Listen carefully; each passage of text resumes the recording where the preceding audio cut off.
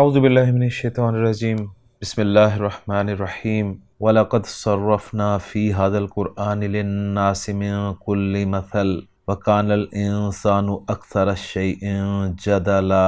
صدق اللہ العظیم۔ رب اشرح لی صدری ویسر لی امری واحلل عقدۃ من لسانی یفقہوا قولی۔ رب یسر ولا تعسر وتمم بالخیر، آمین یا رب العالمین۔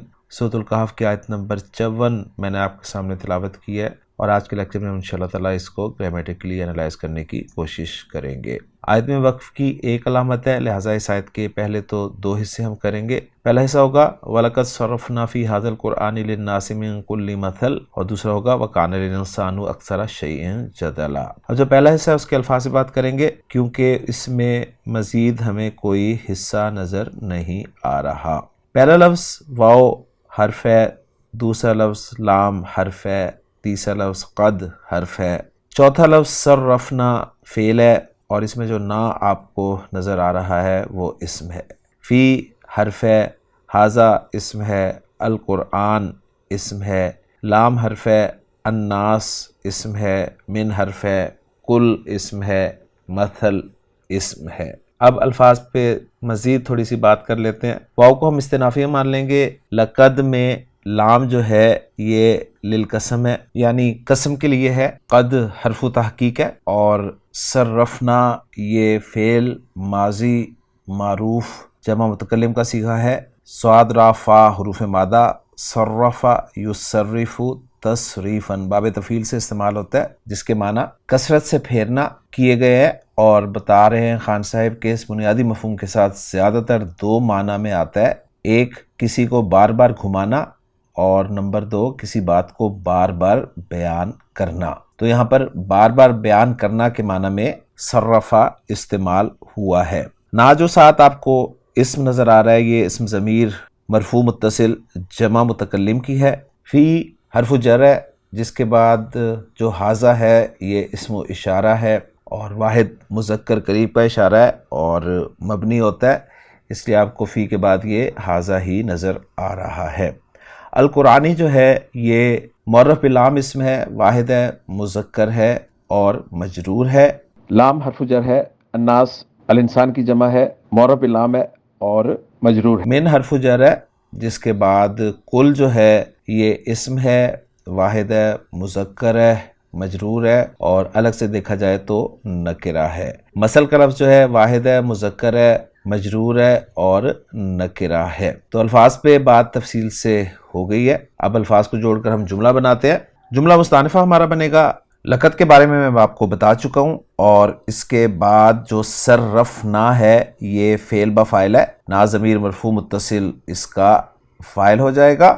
للناس جار مجرور متعلق ہو جائیں گے صرفنا فعل کے، اور فی ھذا القرآنی میں فی حرف جر ہے، جس کا مجرور ھذا ہے، اور ھذا جو ہے یہ اسم و اشارہ ہے، اور القرآن جو ہے یہ مشار الیہ ہے۔ گویا یہ مرکب اشاری جو ہے یہ مجرور ہو جائے گا فی حرف جر کی وجہ سے، اور پھر یہ جار مجرور جو ہیں یہ بھی متعلق ہو جائیں گے صرفنا فعل کے۔ یہ جو ھذا القرآن کی ترکیب میں نے آپ کے سامنے کی ہے، یہ لسان القرآن کورس کے مطابق ترکیب کی ہے، اور ویسے تقریباً 3 تراکیب جو ہیں گرامر کی کتابوں میں آپ کو اس مرکب اشاری کی ملتی ہیں۔ ایک ترکیب ہوتی ہے کہ ھذا کو موصوف بنایا جاتا ہے اور القرآن کو صفت بنایا جاتا ہے۔ ایک ترکیب میں ھذا کو مبدل منہ بنایا جاتا ہے اور القرآن کو بدل بنایا جاتا ہے، اور ایک ترکیب میں ھذا کو مبین اور القرآن کو عطف بیان قرار دیا جاتا ہے۔ اب آگے جو من کلی مثل ہے، اس کے حوالے سے کچھ باتیں ہیں جو میں چاہوں گا کہ آپ کے ذہن میں کلیئر ہونی چاہیے۔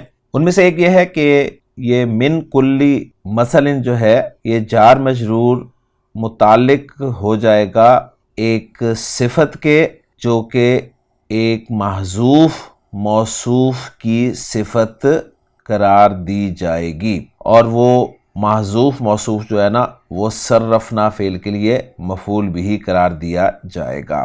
یعنی تقدیر کلام کچھ یوں ہوگا کہ صرفنا مثلا من کل مثل، یعنی مثلا جو ہے یہ مفعول بھی ہو جائے گا صرفنا فعل کے لیے، اور اس کو ہم موصوف بنائیں گے، اور من کلی مثل جو ہے اس کو ہم صفت بنا دیں گے مثلاً کی۔ تو ایک رائے تو یہ ہے، اور دوسری رائے یہ ہے کہ یہاں پر من جو ہے اس کو زائد مان لیا جائے، کیونکہ کوفیوں کے نزدیک جو ہے اور امام اخفش کے نزدیک جو ہے یہ من جو ہے یہ زائد ہے، اور کل جو ہے یہاں پر مفعول بھی بن جائے صرفنا فعل کے لیے۔ اور ایک رائے یہ ہے کہ صرفنا فعل کا جو مفعول ہے وہ محذوف ہے، یعنی تقدیر کلام کچھ یوں تھا کہ صرفنا انواعا او اقوالا من کل مثل یحتاجون الیہ، اور یہاں پر صرفنا جو ہے بینا کے معنی میں ہے۔ اور ایک رائے اور ہے، وہ یہ ہے کہ من کلی مثل کو مفعول بنا دیں اور من کو جو ہے صرف یصرف کے لیے صلہ قرار دے دیا جائے۔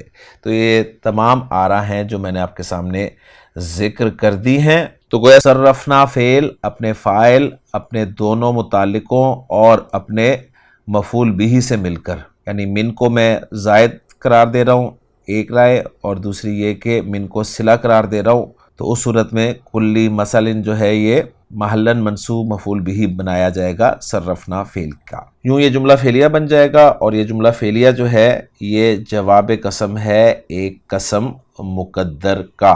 اور ترجمہ کرنا چاہوں اس حصے کا تو کچھ یوں ہوگا کہ اور بلا شبہ ہم نے اس قرآن میں لوگوں کے لیے ہر مثال کو پھیر پھیر کر بیان کیا ہے۔